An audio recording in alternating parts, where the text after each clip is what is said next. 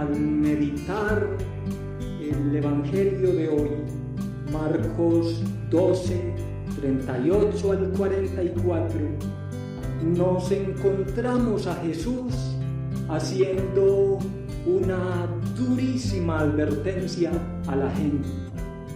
Cuidado con los escribas. Los escribas, que eran líderes de la espiritualidad y de la fe del pueblo de Israel, Jesús los ve como una amenaza para la fe y la espiritualidad. Por eso le advierte a la gente: cuidado con los escribas. Y los describe de esta manera: a ellos les encanta pasearse con amplio ropaje y que les hagan reverencias. Buscan los asientos de honor y los primeros puestos en las sinagogas. Y en otros momentos Jesús ya había reprochado a los escribas y fariseos porque solo les importaba buscar la admiración de los hombres. Y para conseguir tal admiración hacían alardes de santidad, les gustaba exhibirse cuando daban limosnas, les gustaba ser vistos cuando hacían sus oraciones, les gustaba hacer notar el día que hacían ayuno. Esa manera de comportarse Jesús no puede tolerarla y por eso les hace estas recriminaciones. Quizá nos sorprenda la actitud tan abiertamente dura hacia los escribas. No obstante, Jesús no podía tolerar que la gente sencilla del pueblo fuera usada por ellos para sus intereses personales. Para Jesús, en estas circunstancias, lo cruel sería permanecer callado. Es muy extraño que aquellos escribas que debían ser inspiración de vida para la gente terminen siendo piedra de tropiezo. Y entonces empieza nuestra mente con una cantidad de preguntas. ¿Ellos siempre fueron así? ¿O se volvieron así? Y si antes fueron buenos, ¿qué pasó? ¿Cómo llegaron a este punto de convertirse en un obstáculo para la espiritualidad y la fe del pueblo de Israel? Yo me supongo que no fue malintencionadamente que ellos habían llegado a esta forma de vida. Más bien se me ocurre pensar que a ellos les pasó lo que a muchos de nosotros nos pasa. Inicialmente los mejores propósitos, las mejores intenciones, pero con el tiempo terminamos portándonos como nadie lo hubiera imaginado. Piensen, por ejemplo, en los niños que se proponen no desobedecer a sus padres y a los pocos días se les olvidan sus buenos propósitos. Piensen, por ejemplo, en el político al que no se le cruza por la mente cometer actos de corrupción, pero estando en el poder se le daña el corazón y empieza a hacer jugadas sucias. Piensen, por ejemplo, en aquellos que llegan al altar con las más bonitas intenciones para con el otro y con el tiempo aparecen las infidelidades. Y estoy seguro que no son conductas planeadas. Más bien, poco a poco se va deteriorando el corazón. Entonces, el político termina no siendo tan honesto como quería. El niño termina no siendo tan obediente como se lo propuso. Aquel esposo o aquella esposa terminan no siendo tan fieles como lo habían prometido en el altar. Es decir, con seguridad, aquellos escribas de quienes Jesús dice a la gente que es un riesgo para su espiritualidad, ellos nunca se propusieron ser así, sino que su espiritualidad poco a poco fue cayendo en deterioro. Entonces, aquí hay otro asunto muy extraño. ¿Qué pasó en la vida de estos hombres que eran buenos para que terminaran así? Y la respuesta creo que no es complicada.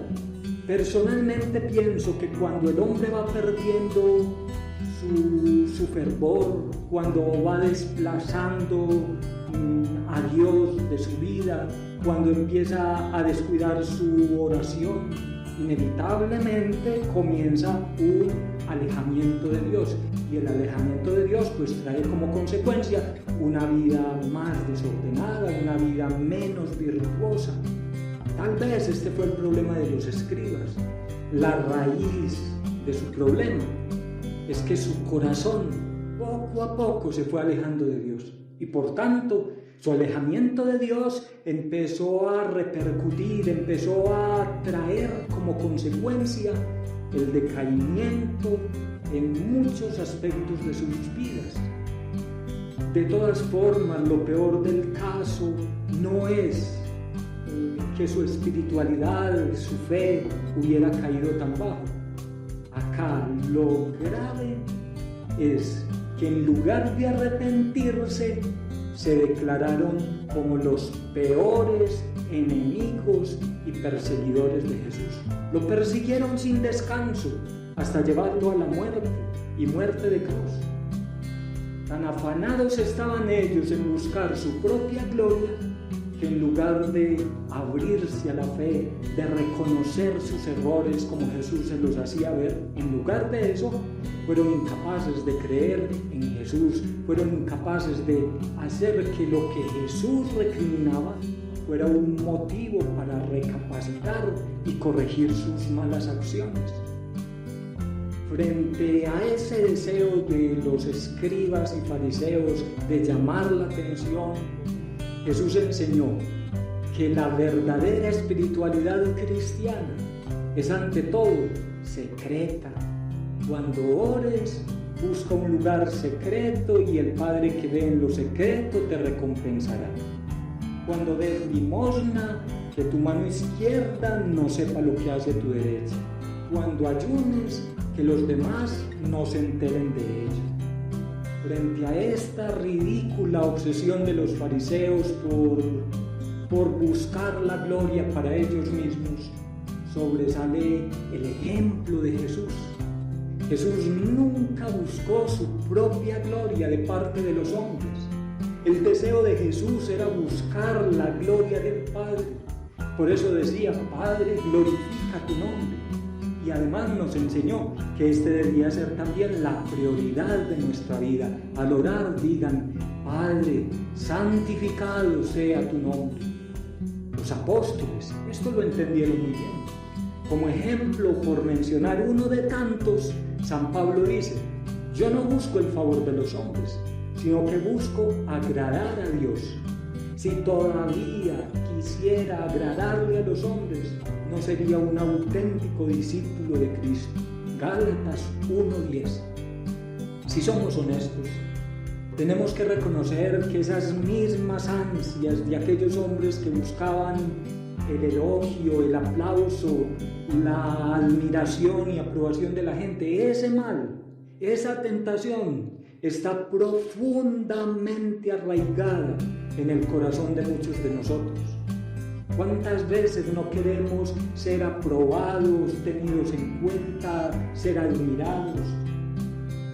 Nos conviene detenernos para reflexionar hasta qué punto esta sutil tentación se puede haber introducido en nuestra propia vida o en nuestra forma de practicar la fe. Conviene preguntarnos cuáles son los motivos que mueven nuestras prácticas de piedad cuando damos una limosna, cuando hacemos una obra de caridad, cuando recurrimos a la oración o a la celebración de nuestra fe. No nos cubramos con ningún manto de apariencias. Seamos honestos en la práctica de nuestra fe. No tratemos de aparentar que somos buenos, no tratemos de aparentar que somos piadosos. Tratemos de ser buenos, esforcémonos al máximo por ser buenos y esforcémonos al máximo por ser piadosos, pero no por aparentarlo. Entendámoslo muy bien, que lo que Dios mira no son las acciones externas, sino la intención del corazón. Dios mira el interior de nuestro corazón, no se fija en las apariencias. Los hombres ven las apariencias, pero Dios mira el corazón.